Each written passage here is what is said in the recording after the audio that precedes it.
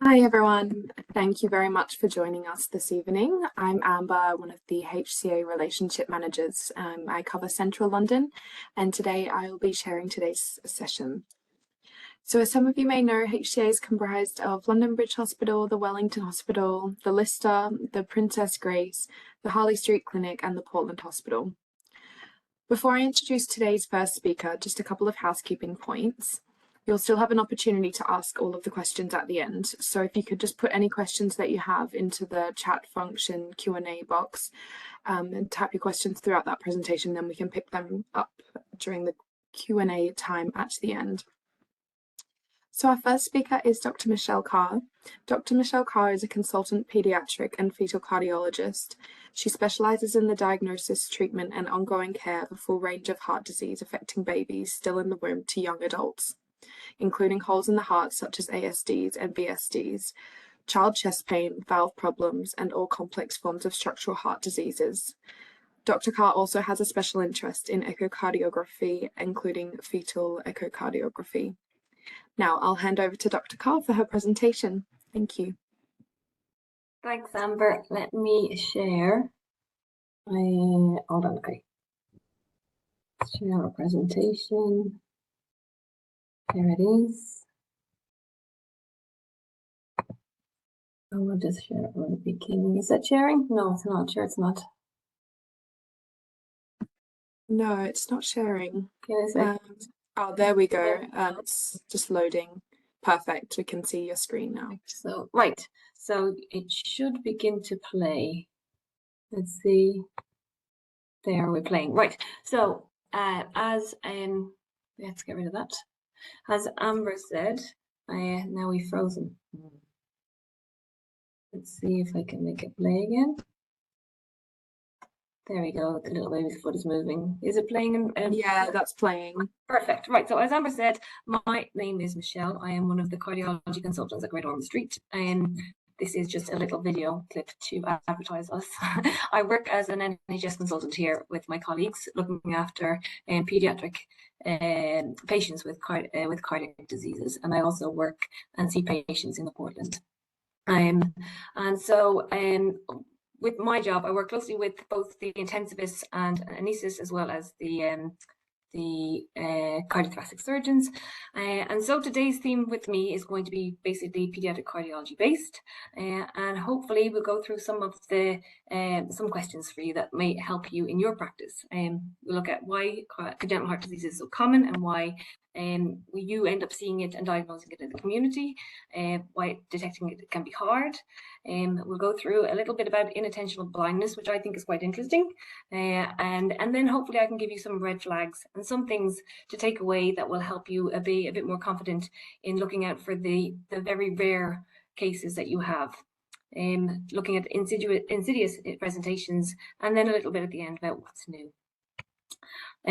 So hopefully at the end I will be able to tell you the percentage of babies that we have that leave UK hospitals after birth with undiagnosed cardiac disease, and some of the aspects into going into why, and then help us pick them up in the community. And then also I give you some interesting tidbits of information, such as how big a fetal heart is at 15 weeks, how long we can expect a person with a heart transplant to go on with that heart, and some of the changes that we have seen in the last 50 years, as well as some interesting news about the Yellow Pages. So, congenital heart disease is common and prenatal diagnosis is limited. Now, we have made huge strides in the last number of years in detecting it fetally, but ultimately we have 7 to 8 babies born with congenital heart disease out of every 1,000, and we don't diagnose all of those antenatally. We would expect, even today with the better fetal assessments, that we still see 1 in 3 leaving hospital with life-threatening congenital heart disease after birth. So it's important that we're aware that those babies are out there and that we are open and looking for them. Why is it limited? So this echo on the left hand of your screens just demonstrates a fetal heart, and that actually is a fetus at probably around somewhere between 13 to 15 weeks gestation, and this is a baby with tetralogy. So the hearts are really small, and on the right hand of the screen you can see the size of a 25-week gestation baby's heart in relation to a grape. And so you can see why it is so challenging. We have seen now that our technologies have got better, so we definitely see and we can diagnose heart disease in babies as small as 11 to 13 weeks, but the challenges are not insurmountable. So it's not hard to understand why we don't always manage to diagnose them. And if we keep following the video on the right, you see that we go through 19 weeks as a peanut and 15 weeks as a peanut, sorry, and then we go right down to 11 weeks where we get a grain of rice. I'll let it play. It also takes a slightly different fetal cardiology, slightly different to postnatal because the physiology is different, and we have to think about it in a slightly different way. So they are some of the challenges that we have.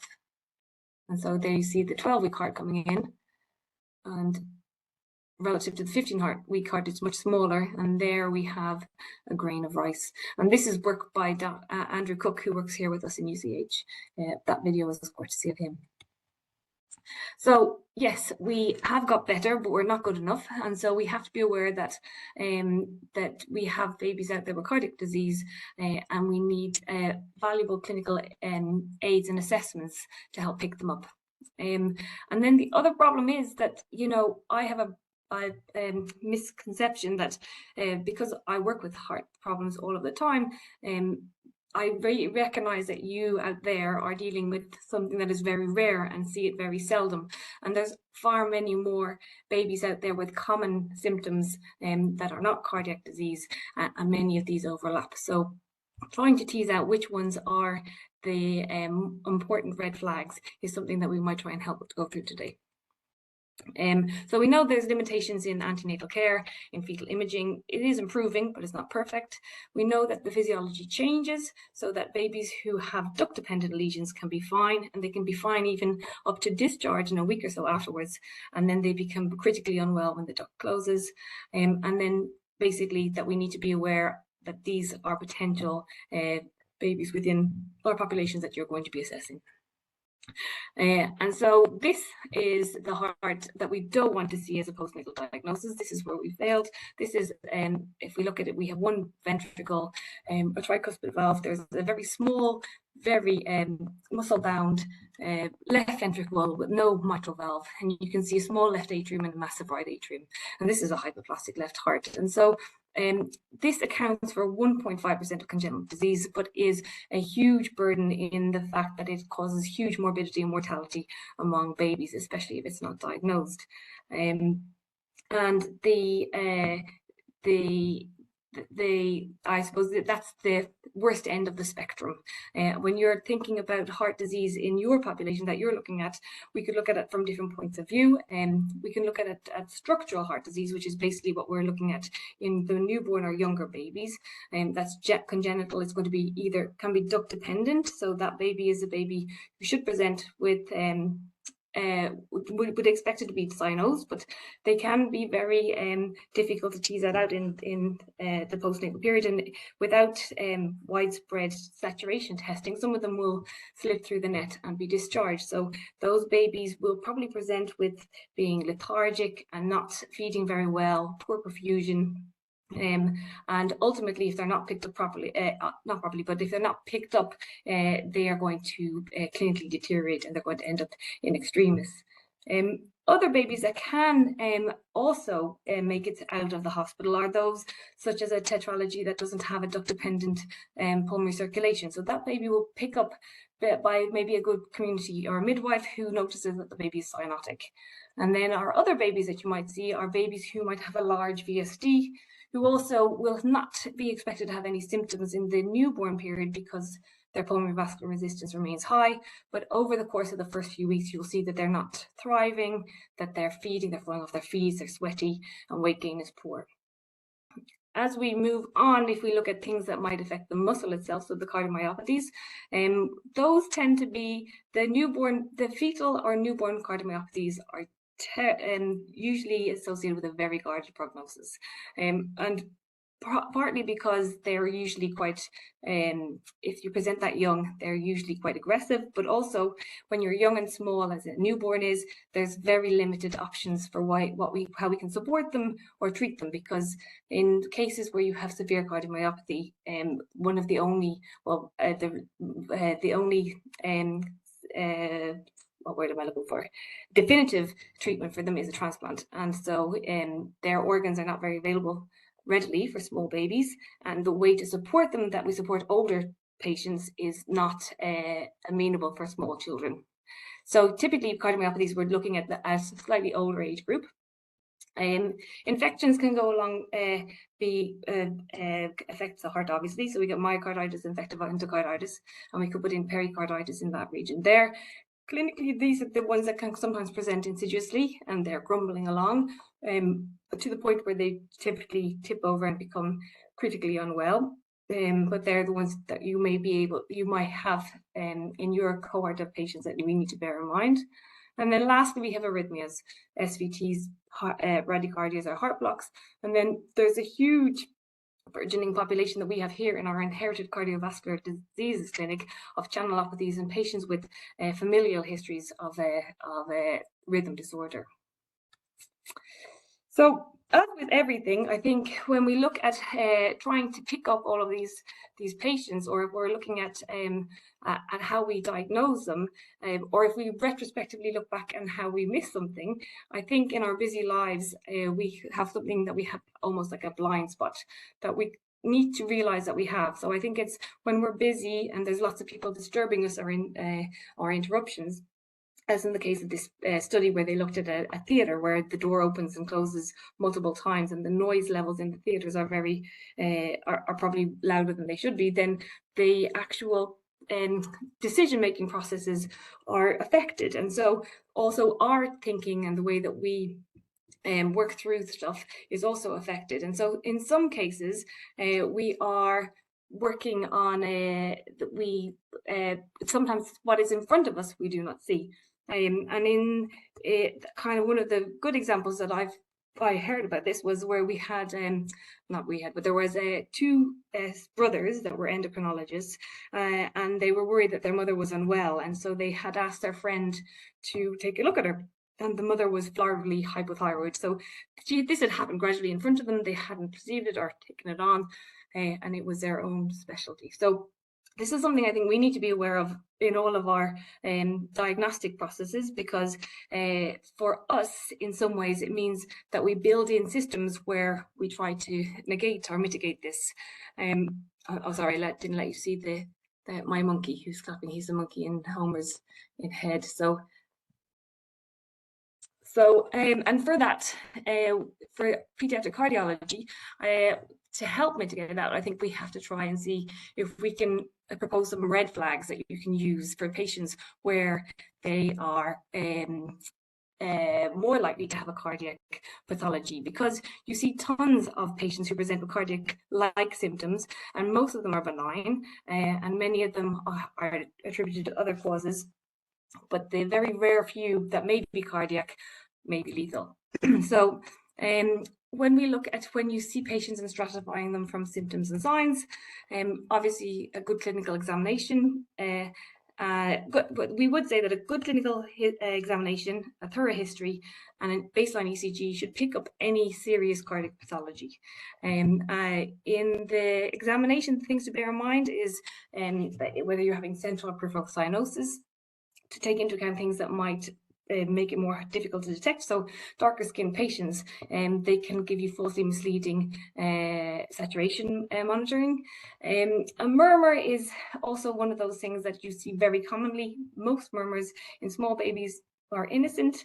The red flags for the murmur is in the history. So if there is associated failure to thrive, if you have anything else that suggests that the baby is, hepatomegaly in your examination, that might suggest that the baby has something cardiac going on. In an older patient, a new murmur is a concerning finding. Chest pain is probably is my heart sink clinic. I can imagine what it is for you as a GP. But again, with chest pain, a good history examination and a baseline ECG should help. The red flags are if you have chest pain on exertion or associated syncope. If there is syncope, you need to look for family history, which is really important in those kids, of sudden death or a known rhythm disorder. Shortness of breath can typically, usually often is respiratory, however, can associate in like the context of the other physical findings, hepatomegaly or failure, that can help you point towards a cardiac pathology. And palpitations, such as ectopic palpitations, are also another very common finding for us. A good history can help elucidate whether you have ectopics or SVT. Again, some of those are more benign than others, and how much we work them up depends on the red flags in the history and the other examination in your clinic. As we said, so basically these are our red flags. So a murmur in a new murmur in an older child is always very concerning and gives us red flags for potential infective endocarditis. The chest pain, exertional, syncope, look for this family history. Shortness of breath, look at the rest of your examination. And then if they're fever and unwell, that is something that has to, particularly if you have, in the context of a new murmur, that's obviously a no-brainer that you need the child assessed by somebody in the cardiology, with the cardiology viewpoint. But sometimes you may see things like Kawasaki's, or they may have some of the florid features of that help you. So I suppose there's 3 F's, which are probably big ones: if they have fever, failure, and fatigue. And ultimately, if you're worried and the child does not sit right, or you're worried if the symptoms are concerning to you, then I think that's a red flag too, that you need to get them seen. So many of the patients that we worry about missing, I suppose, are the ones that present insidiously. So they may come back to you a few times, they've got grumbling stuff, they're just not quite right, but there's nothing you can put your finger on. Kawasaki's myocarditis and cardiomyopathy may present in this way. This is the heart of a little 4-month-old who weighed 3.4 kilograms, had poor feeding for a week with no weight gain, and then had a sudden collapse when they presented to A&E for assessment. So this is a dilated cardiomyopathy in a 4-month-old, and really in anybody with a dilated cardiomyopathy. One of the first things that we would really want to rule out is that their coronaries are normal. So Al Kappa, particularly the 4-month-old, will be high on our differential.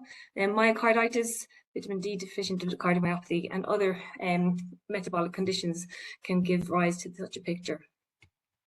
So this is just some examples of what we might see on echo with some of the cardiomyopathies. The top picture is the restrictive cardiomyopathy with biatrial enlargement, and we call them Mickey Mouse ears. The bottom echocardiogram, this is, to a layman passerby, you can see that this is largely abnormal, and this is a storage disease with Pompey's. Again, the top right one is a non-compaction. Sorry, I'm messing and not making it play. So you can see again, clear abnormal myocardial architecture. And this baby is going to present with signs of low cardiac output. They're going to be clinically unwell. And one of the big things that you see in a child who is with dilated cardiomyopathy, although some of the findings are very subtle, my slide is gone, but they, in association with their findings, you'll find that they're tachycardic is one of the things. They'll have a sinus tachycardia, or if their myocardium is irritable, they might have some rhythm disorders. But the sinus, sometimes in the absence of being able to get an echo, or not having ECG or other tools that can help you, a child with sinus tachycardia and a big liver who is not quite right, not doing well, it is an ominous sign. So those children who present with dilated cardiomyopathy, many of those kids, we have a rule of thumb. We generally say that 1/3 will get better, 1/3 will stay the same, and 1/3 will get worse. And for the kids who deteriorate, there's depending on their age and size, there's a number of options that we have available. As I said, the ultimate treatment is going to be a heart transplant, but they all have to wait. They're all small. The donor pool is not going to be very big, and so we have to support them through while they wait. And so what they do, the children end up with what we call ventricular assist devices, or Berlin heart. And so on our ward here, we can have, at one point we had 4 of them waiting, and they can wait up to as long as a year because of the paucity of donors. And as you can imagine, it's fraught with morbidity. They have a high risk, because they have to be anticoagulated, they have a high risk of intracranial hemorrhages, infection, all of the sequelae that would go with the risks of having 2 big, large bore plastic tubes in your heart. And so going on from that, so this is moving on, and this is just showing some of the progress and the new stuff that we have made going forward. So this is in helping our surgeons. Our imaging is what helps. So our common day stuff that we can give them is our echocardiograms, CT, MRI. We now have readily, they often ask for 3D reconstruction, and we don't actually have it so much that they can play with it like this. They can play with it on their computer, but it allows a surgeon who's going to do complex cardiac surgery have a much better idea of the 3D relationship of the structures and what he has to do and what or she and where, how they, because some of our pediatric hearts are quite complex, and so they're going to have to baffle ventricles to aortas that are a long way away, and they make a big tunnel, and to know whether this is feasible, some of this the 3D imaging is really, really useful. Moving on from the things. So then the other advances that we've made, so going back to the kids who have their Berlin hearts, most donor hearts are explanted, and they're put into, previously, the common practice was to put them in an ice box and then to transfer them to the recipient. And so this has got a huge cold ischemic time, and it damages the donor heart. And so recently we have now got a new rig. And the rig the heart is now perfused with blood in it, and is not cold. So this is a heart waiting to go into one of our recipients here in Great Ormond. And then this is the recipient. So this is the heart 4 days later. So the girl, the teenage girl walking down the corridor and walking back to us, this is her 4 days post-op with her physiotherapist in the CICU. And if you listen carefully at the end, she's asked if she wants a rest. And I think she says, no, not at all. So she's, and so what it means is that anyway, she did fantastic. But I think what the rig allows is, it means that the heart is in much better shape going into the recipient, and as you can see, it will be hugely advantageous to the recipient in the post-operative course. So they are some of the advances that we have seen. So what's next? And I think a little bit like everywhere in the world, technology is changing. Our lives are all going to be changed by technology. This is just a little video showing we're going to have driverless cars. Everything's going to be automated for us, and we are going to have AI systems which will pick up tumors and stuff on radiology.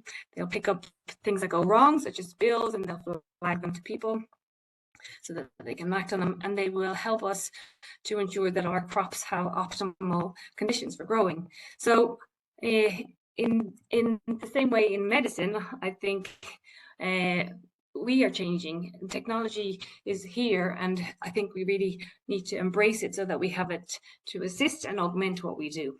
And so hopefully here we are on the brink of something new. And somebody described PubMed, which I think I use quite a lot, but PubMed is equivalent to using the old yellow pages. And this is quite old information, but basically there was IBM's Watson was set to 1,000 patients with cancer diagnosis, and in just under a third of them, he found, I don't know whether Watson is a man or a woman, but Watson found that he found an option that the human doctors had missed for the treatments for these patients.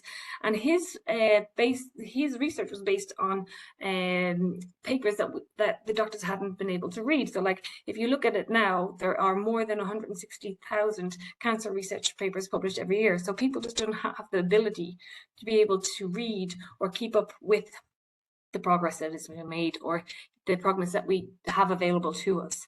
And so I think technology is going to change the way we approach medicine, and we have data analytics that we need to harness and to be able to use, and that will be able to give us personalized and safe and effective care for all of our patients. And I think that we're going to see more and more of that in our medicine day to day.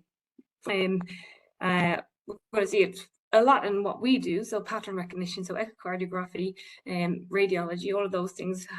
People are applying that to it all the time now, so I think we'll see more of that with us. It'll help us in decision making. It will take out our own bias, a little bit like our blind spots. We don't really realize we have the biases, so we sometimes base a decision on the patient that we saw last week, whereas that was an N of 1, and we really should be basing it on a bigger data set. So I think here at Great Ormond Street, we have a big push to try and integrate technology into our patient care. We have an electronic system where our data there is hopefully going to be able to help provide information and help for patients in the future. And yeah, I thought I'd leave it there and hopefully watch this space and I'll have some new stuff to tell you about the next time. Oh yeah, so I can wait till after Greg finishes to give his. I think we're going to do the Q&A for you, Dr. Khan, now. Okay. So if you don't mind. Nope. So I can see that there's one question so far in the chat, and that's in what age in an older child with new murmur we need to worry about? So typically, if you think about it, a newborn and a small baby will have been seen a number of times by a clinician, so they should have been seen. And if there's no documented murmur in a baby, I suppose over a year, a new murmur, if you hasn't been heard previously, in a smaller baby, we would still evaluate it. It's typically, if you think about it, the smaller babies with innocent murmurs, they're usually quite characteristic. So those ones you can hear all the way up through toddlerhood and even into young children. But if you have a new murmur in a previous child that you have not heard a murmur in, and they're not with an intercurrent illness, then that would be from any age after a couple of months. The problem is many of them come to you with intercurrent illnesses, so I understand your dilemma. The thing about the murmur, I suppose, I wouldn't take it in isolation either. A new murmur in the context of infective endocarditis, you're going to see, you would hopefully have other things that would help you in the diagnosis. Thank you for that. Now, do we have any more questions for Dr. Carl?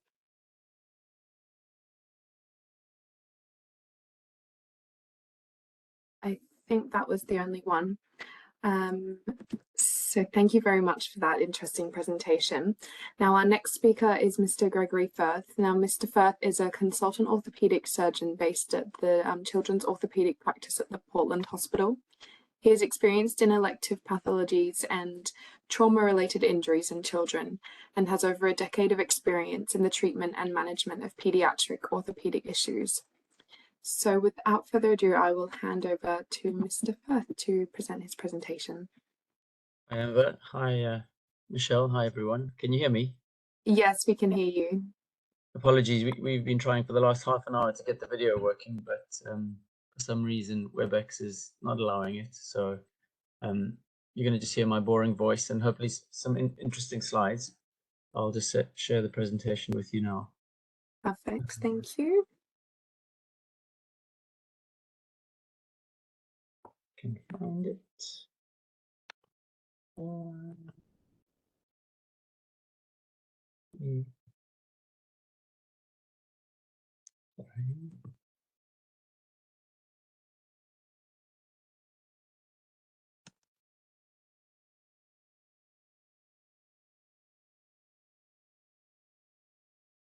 Yeah, there we go.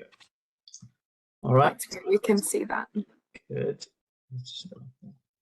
Right, so this talk is looking at red flags in pediatric orthopedics, and it is going to cover quite a wide number of topics. So I'll go through them relatively quickly, and if you have any questions along the way, just pop them into the comment section, and then we can go back and go through them as we afterwards as we need to.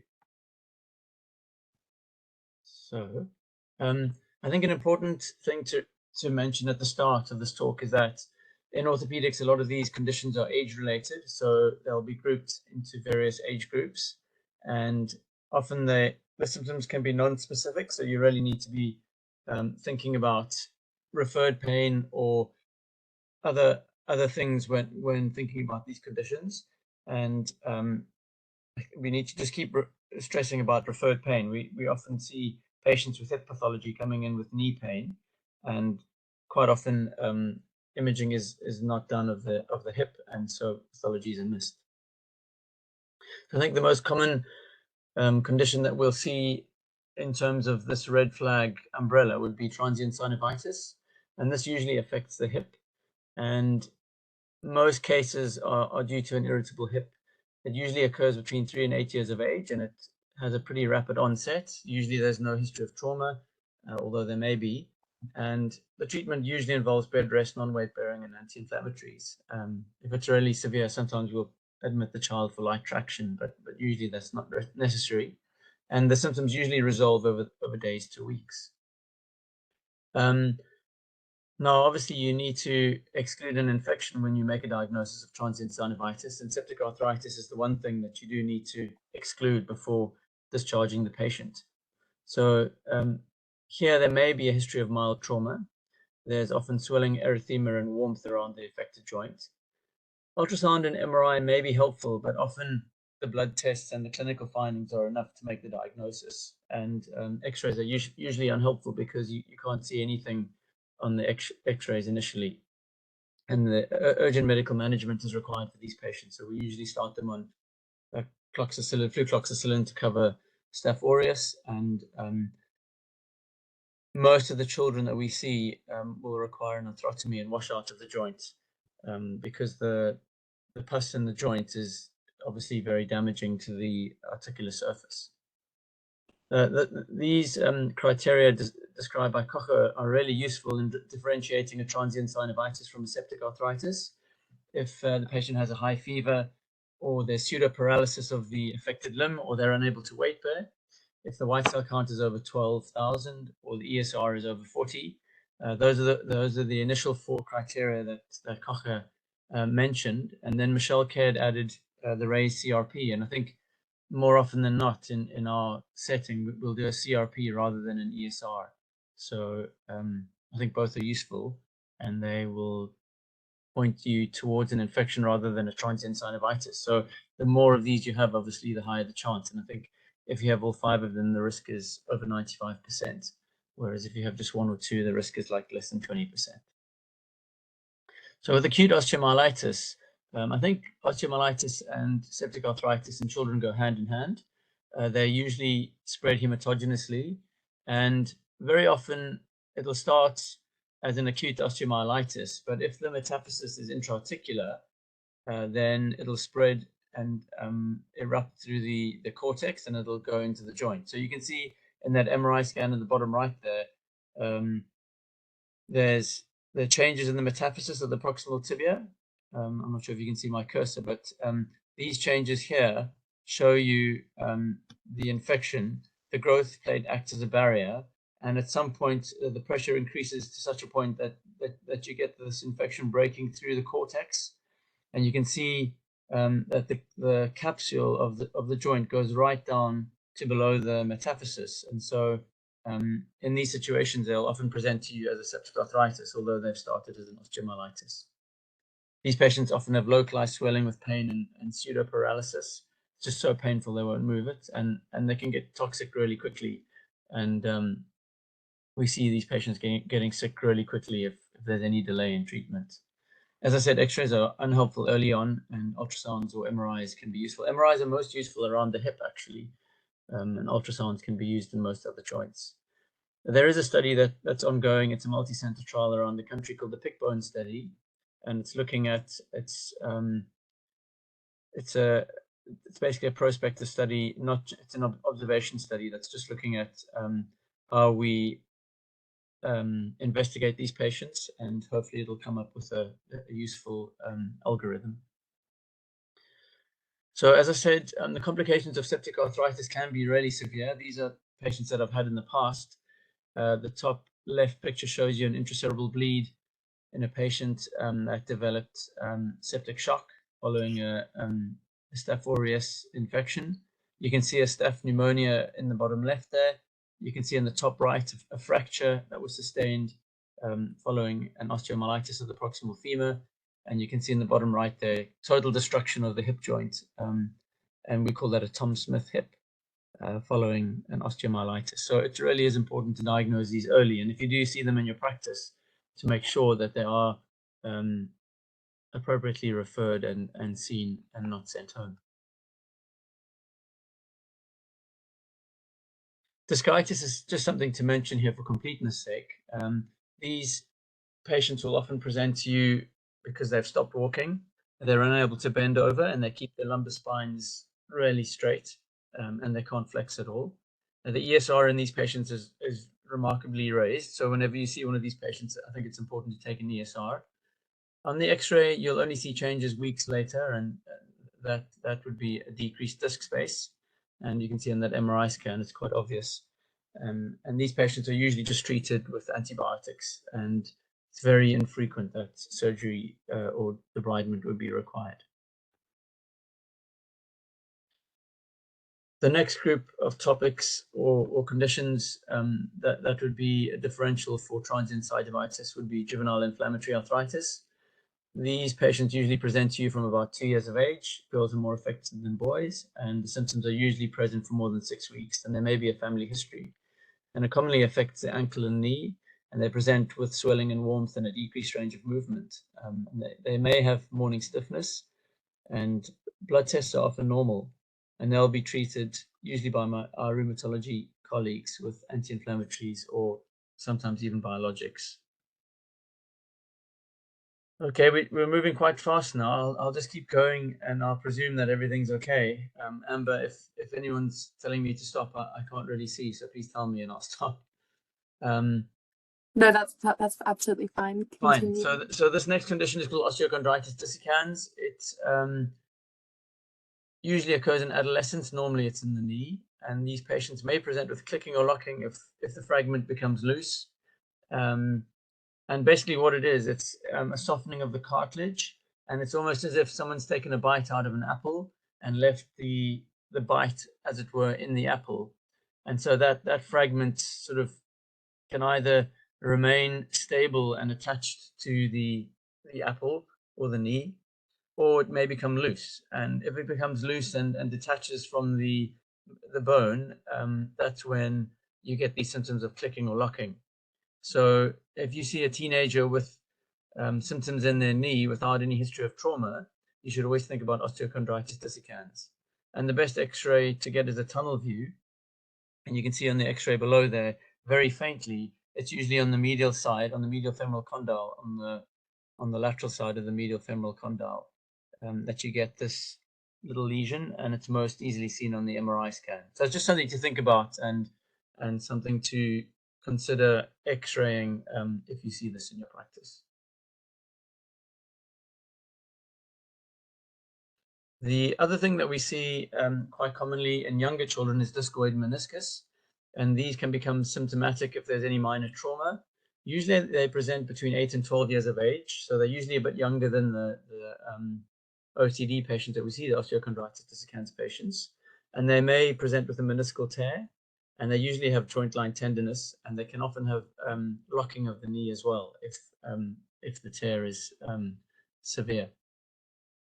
You can see in the X-ray that it's very it's subtle, but there is widening of the joint space on the lateral side, and you can see on the MRI scan the meniscus goes all the way to the midpoint of the knee, whereas usually you would just see a little crescent on the edge of the joint. And we would often take these patients to theatre if they're very symptomatic and try and repair the defect or sorcerize by removing the central aspect of the discoid meniscus. Okay, so we'll talk a bit about trauma now. Usually it's obvious, but sometimes it can just be bone bruising or a very subtle Salter-Harris fracture, and often the pain can be referred. So it's just something to watch out for in your practice. This is something that you may commonly see, a toddler's fracture. Here is a spiral fracture of the tibia, you can see in those X-rays. Often the history of trauma is not recalled, and you just have to be vigilant about non-accidental injuries in this sort of age group, although this specific fracture pattern is not usually significant or associated with non-accidental injury, but it is something to keep in the back of your mind. These patients will often limp or resist weight bearing, and so your differential in these patients may initially be a transient synovitis or an infection as well. So it's always important to just think about that too. And sometimes if you X-ray them sort of a week after the symptoms have begun, you'll see callus visible on the X-ray, and you may not even see the fracture. And usually they're just treated with immobilization for about 2 weeks, and they honestly heal very quickly, so it's nothing too serious.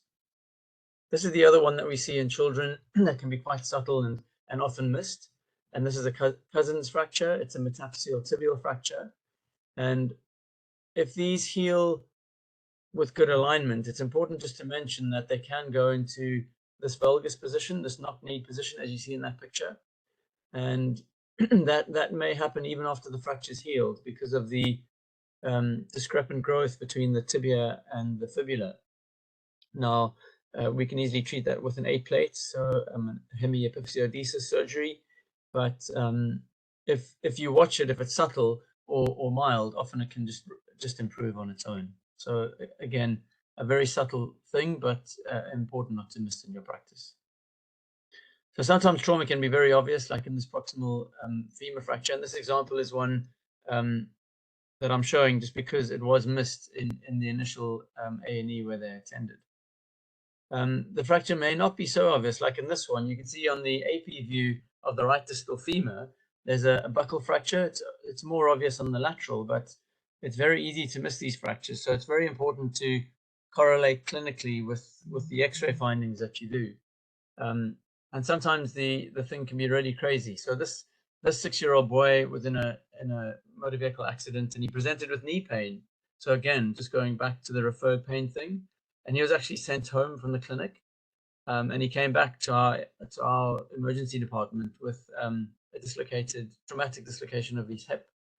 So just a reminder to examine the patient and always think about referred pain when they come in with knee pain. So obviously, when it comes to tumors, these are things definitely not to miss. And the examples I'm going to show you now are definitely at the end of the scale and things that you will very unlikely see in your practice. But the point is just to remember that you may see these conditions very early on when the symptoms first begin. So always think about them. Leukemia is one thing that we do see from time to time in orthopedics. These patients are usually between sort of under the age of 5, and they can present with lethargy, pallor, fever, bruising and bleeding, or just bone pain. I've had quite a few patients present like that. Lymphoblastic leukemia is the most common presentation. And again, if you're thinking about it, just a patient with bone pain that's not very specific and X-rays are normal, make sure you do a full blood count with a film or smear. Check the ESR, and also another differential in these patients is vitamin D deficiency. So just check the vitamin D, because often a low vitamin D can present with leg pain as well. Here's an example of something called a chondroblastoma, which occurs in the epiphysis. the proximal tibia here, and you can see how destructive this lesion is. It goes right across the growth plate and destroys almost the entire epiphysis and part of the metaphysis.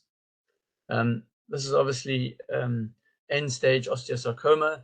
These patients may present to you in the early stages of their disease. So if a child presents to you with night pain and severe bone pain localized to usually around the knee, so distal femur or proximal tibia, always think about osteosarcoma, because if you leave it for too long, this is what happens. A couple of hip conditions to mention. DDH, usually this is painless, but definitely a red flag. We see it not commonly missed, but often missed in general practice. Always assess hip abduction, and if hip abduction is limited on one side, always refer them on. Sometimes you won't be able to assess the stability because they'll be crying or they'll be a little bit older. So the Ortolani and Barlow test is not always positive, and to be honest, it's usually negative. But the other easy test to do is just to check the leg length. So a quick leg length discrepancy check and a quick hip abduction check will almost always get you out of trouble and make the diagnosis so that you can refer the patient on. Usually they become painful when the hip becomes subluxed. So you can see those green lines of Shenton's line on the right hip, so the one on your left. You can see the Shenton's line is really broken there, and the hip is a little bit uncovered. And those are the patients usually that present with pain. In that lower picture as well, you can see the hips sort of just on the edge, and that's what causes pain. Perthes disease is another condition that you may rarely see. This is idiopathic avascular necrosis of the proximal femur. Usually it occurs in boys between 6 and 14. They present with a painful limb. And the differential would include transient synovitis or infections or even JIA. And usually it goes, the natural history is that it progresses over about 2 years and takes these 4 stages. And most of these patients can be treated non-operatively with physio to maintain the hip abduction. But sometimes we do need to operate to increase the hip coverage. But again, this is just a limping child who may present to you with knee pain. Always check the hip.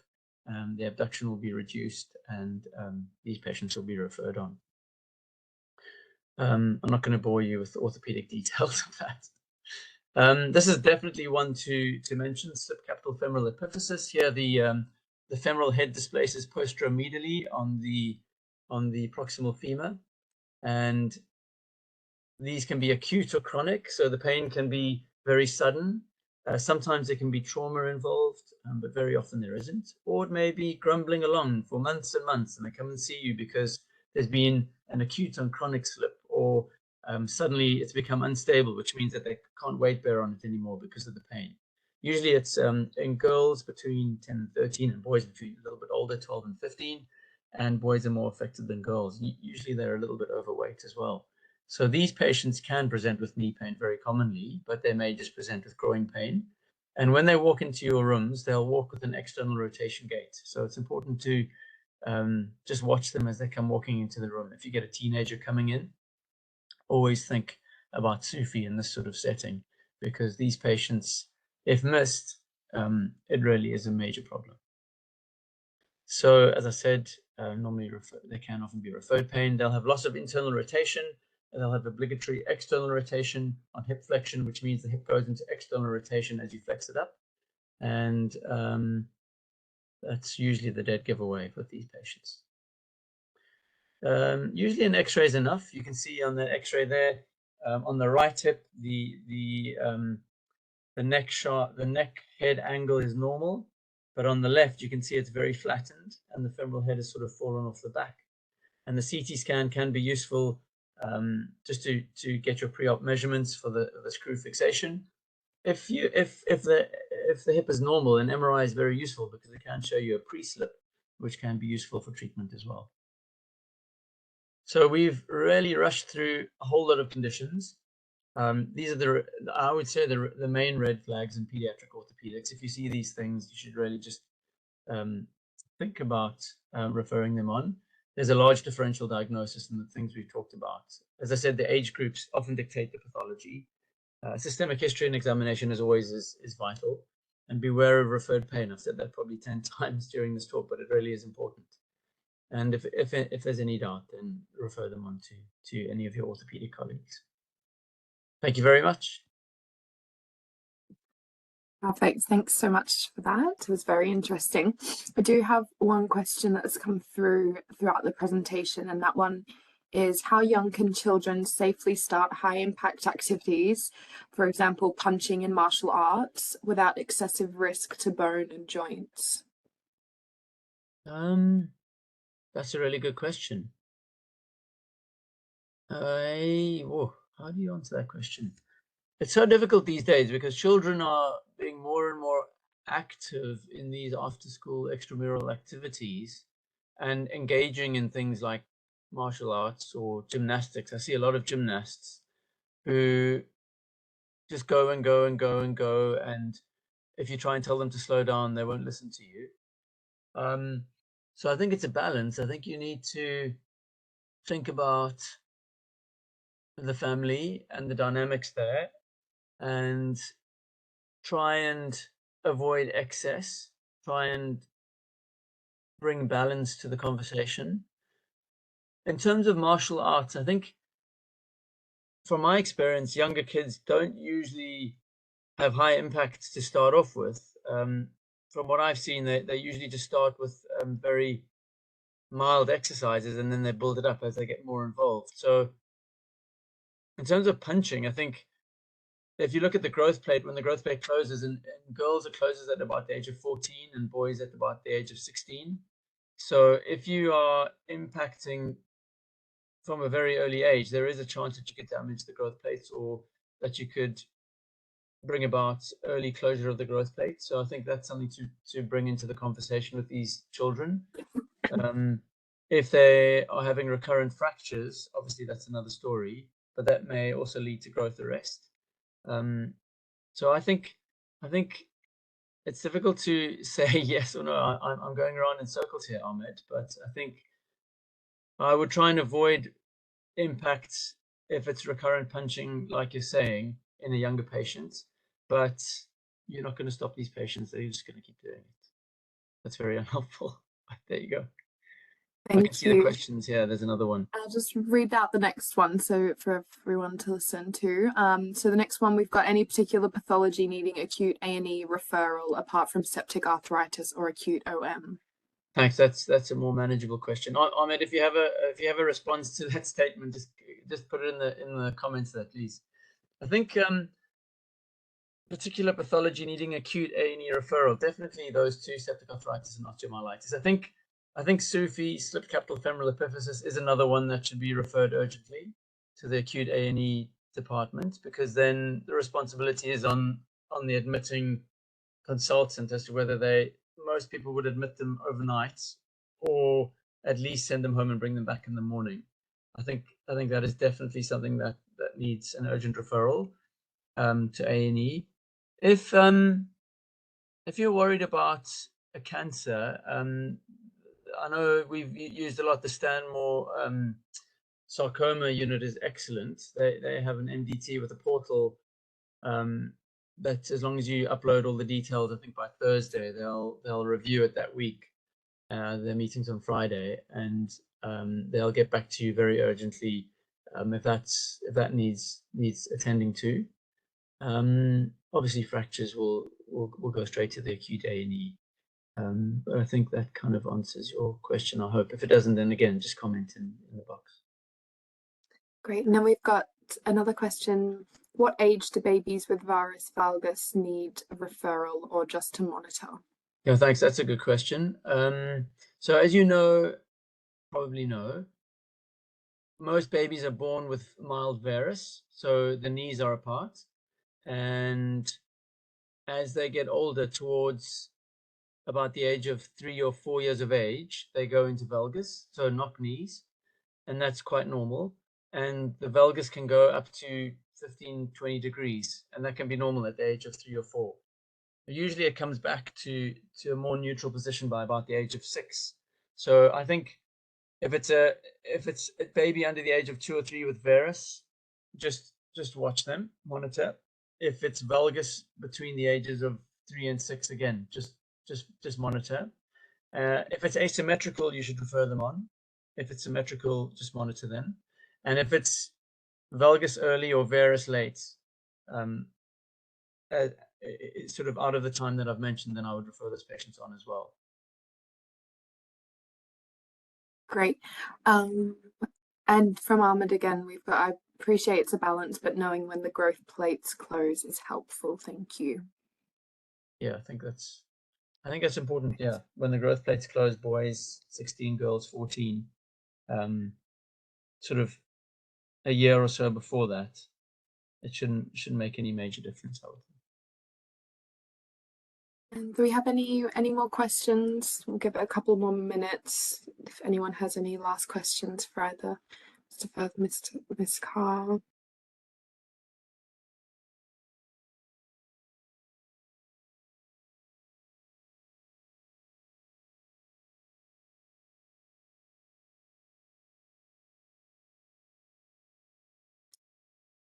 Don't think we've got any more questions. So thank you everyone for joining.